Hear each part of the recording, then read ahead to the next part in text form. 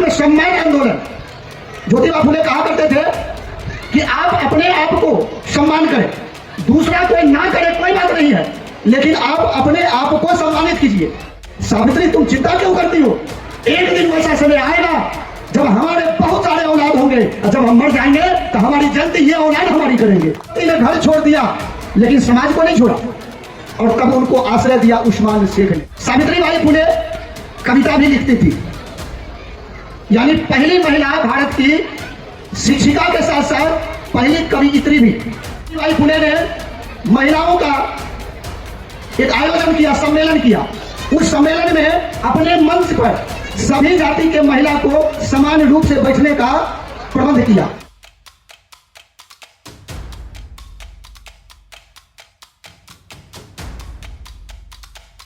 सिक्खापदं समादयामि सिक्खापदं समादयामि अभिन्नादाना वेरमणि अभिन्नादाना वेरमणि सिक्खापदं समादयामि सिक्खापदं समादयामि कामेषु मिच्छाचारा वेरमणि कामेषु मिच्छाचारा वेरमणि।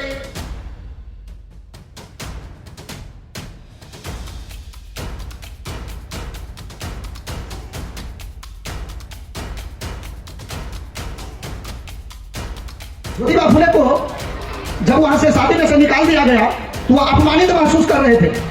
अपमानित वही व्यक्ति महसूस करेगा जिसके पास कोई सम्मान हो। सर्वप्रथम तथागत बुद्ध को नमन करते हुए जितने भी मानवतावादी विचारक हैं, कबीरदास, रविदास, ज्योतिबा फुले, पेरियार, बाबा साहब, मैं सबों को नमन करता हूं।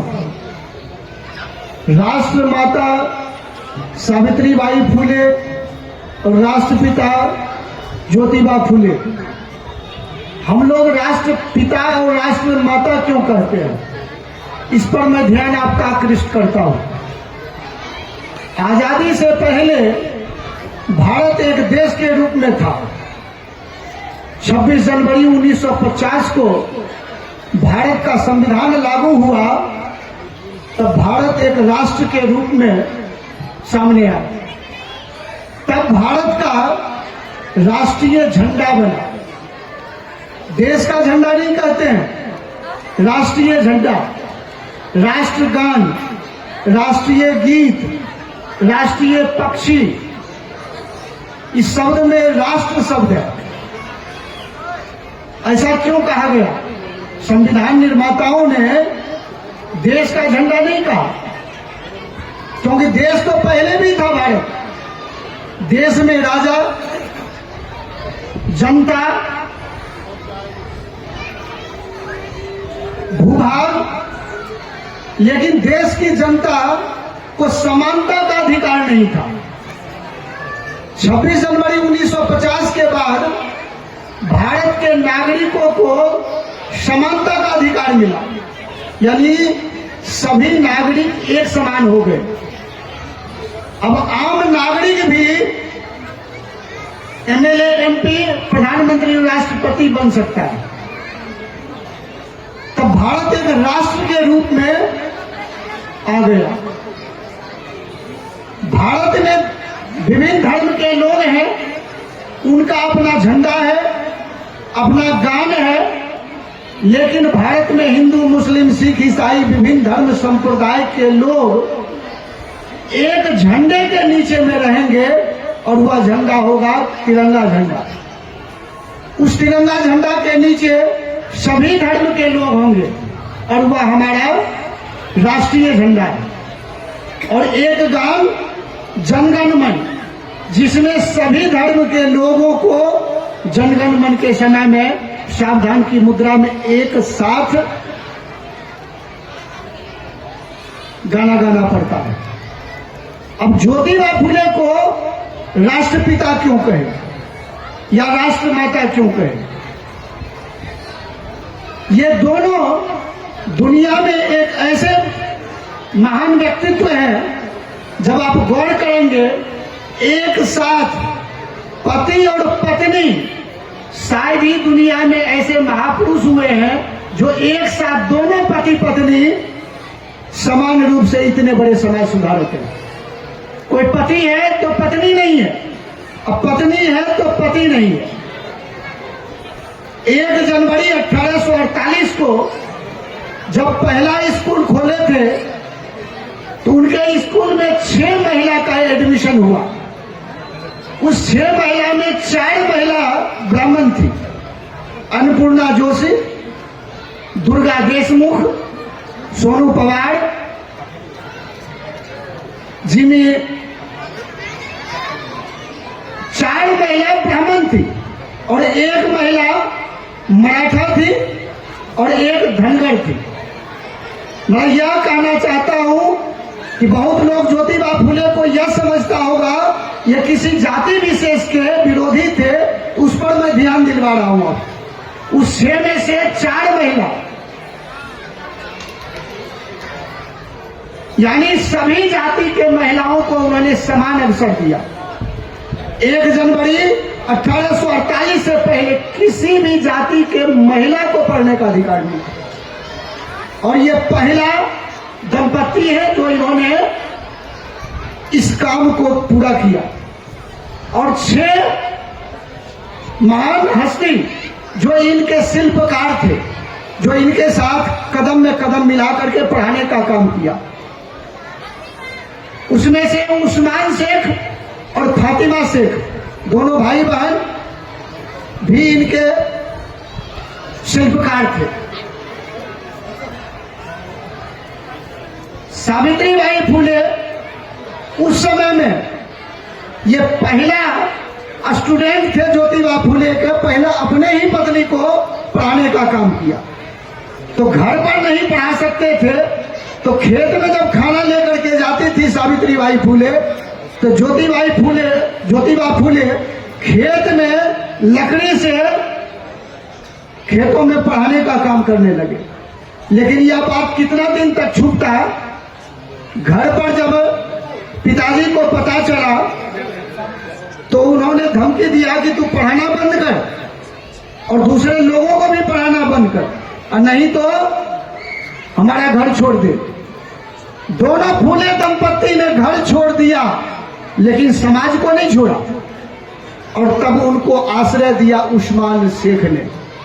और उस्मान शेख अपने यहाँ पर ज्योतिबा फुले दंपत्ति को, जहाँ पर तबेला कहते हैं, गाय भैंस बांधते हैं, वहां पर पढ़ाने के लिए उन्होंने इजाजत दिया। और सावित्रीबाई फुले की सहेली बनी फातिमा शेख, जो कदम में कदम मिलाकर करके उनका साथ देने लगी। फातिमा शेख भी पहली मुस्लिम महिला जो शिक्षिका बनी। और ये दोनों का अतुलनीय योगदान और कदम में कदम मिलाकर के आगे बढ़े।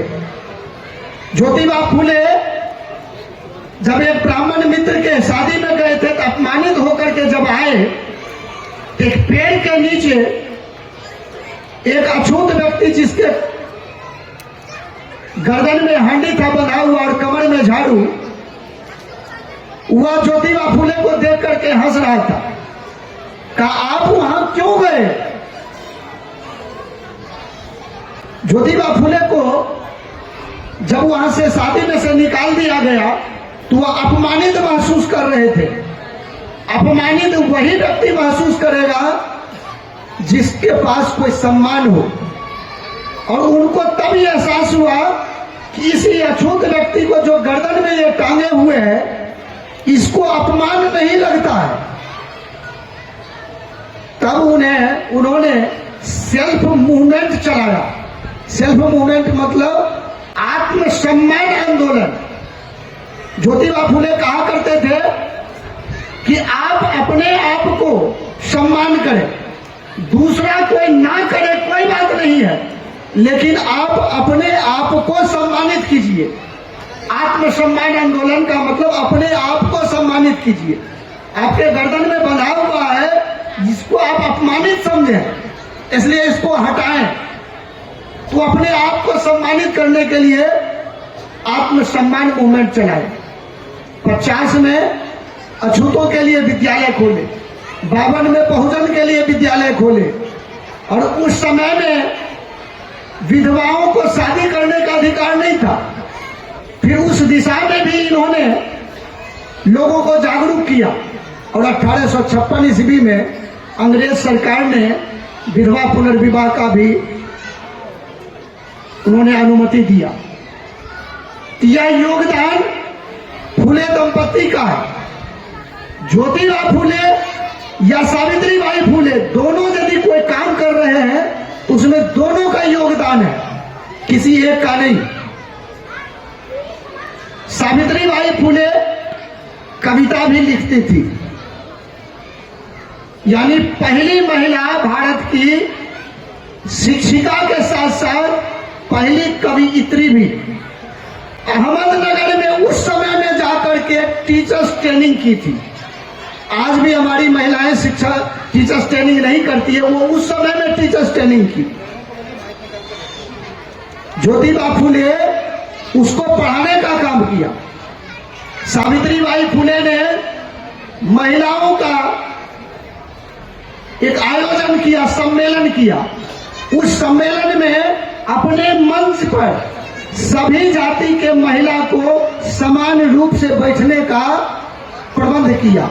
लगभग समझिए 150-200 साल पहले सभी जाति के महिला उस मंच पर समान रूप से बैठे, यानी समानता का अधिकार।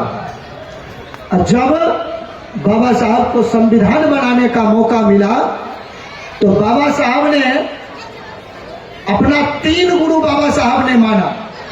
धार्मिक गुरु तथागत गौतम बुद्ध, आध्यात्मिक गुरु रविदास और सामाजिक गुरु ज्योतिबा फुले।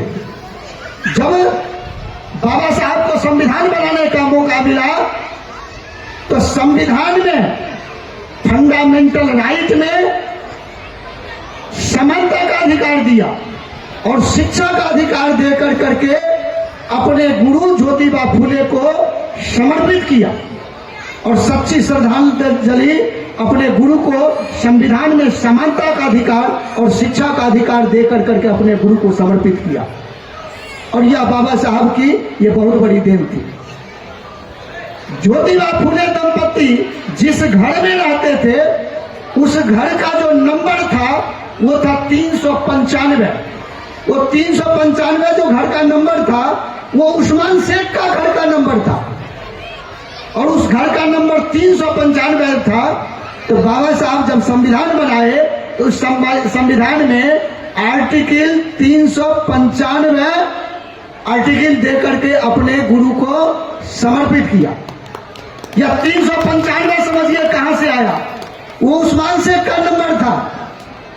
मेरा यह कहने का मतलब है आज भी हम लोग माँ फातिमा का भी जयंती मनाते हैं और सावित्रीबाई फुले की भी जयंती मनाते हैं। इन दोनों की भी जयंती मनाते हैं, लेकिन इसमें दुख की बात होती है फातिमा शेख के साथ साथ उस समुदाय के लोग पार्टिसिपेट नहीं करते हैं। ये थोड़ी सी हमें भी चिंता होती है कि हम लोग जयंती मनाते हैं तो उन लोगों का भी योगदान होना चाहिए। जिस तरह से ज्योतिबा फुले का साथ उस्मान शेख और फातिमा शेख ने दिया तो आज भी हम लोग एक जगह होंगे, तभी हमारा सुनहरा भारत बनेगा। हम हिंदू तो बन जाते हैं, मुसलमान तो बन जाते हैं, सिख ईसाई तो बन जाते हैं, बौद्ध जैन तो बन जाते हैं, लेकिन हम एक सच्चा भारतीय नहीं बन पाते हैं। जब तक हम सच्चा भारतीय नहीं बनेंगे तब तक हमारा सुनहरा भारत कभी बन नहीं सकता है।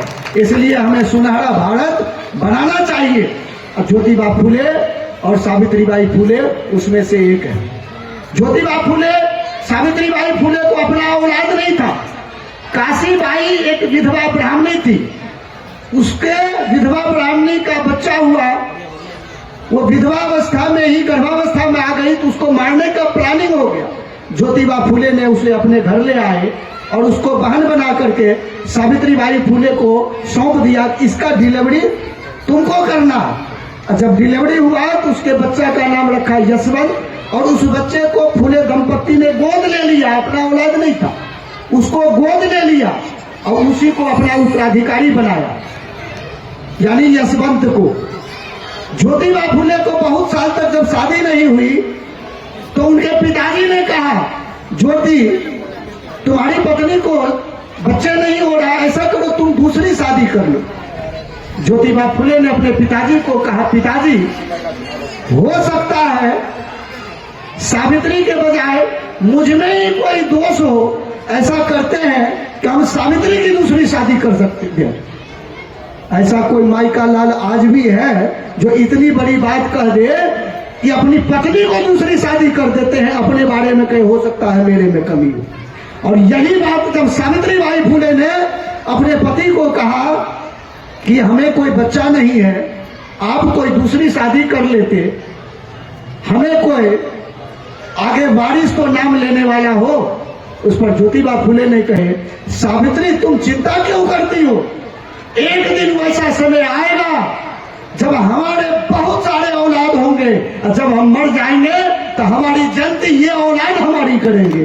और आज या सावित्रीबाई फुले और ज्योतिबा फुले का औलाद बैठे हुए हैं, आज उनका अपना औलाद नहीं है और हम लोग उनकी जयंती मना रहे हैं। जब हम लोगों ने उनको राष्ट्रपिता और राष्ट्र माता कहे तो हम लोगों को भी उनका राष्ट्र बेटा और राष्ट्र बेटी बनना चाहिए कि नहीं बनना चाहिए।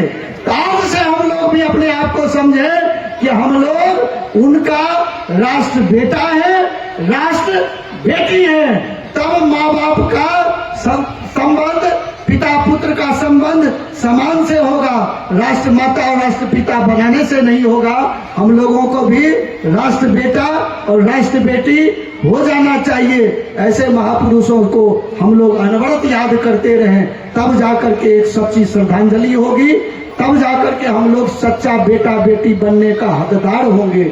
इतना ही कह करके मैं अपनी बातों को विराम देता हूँ।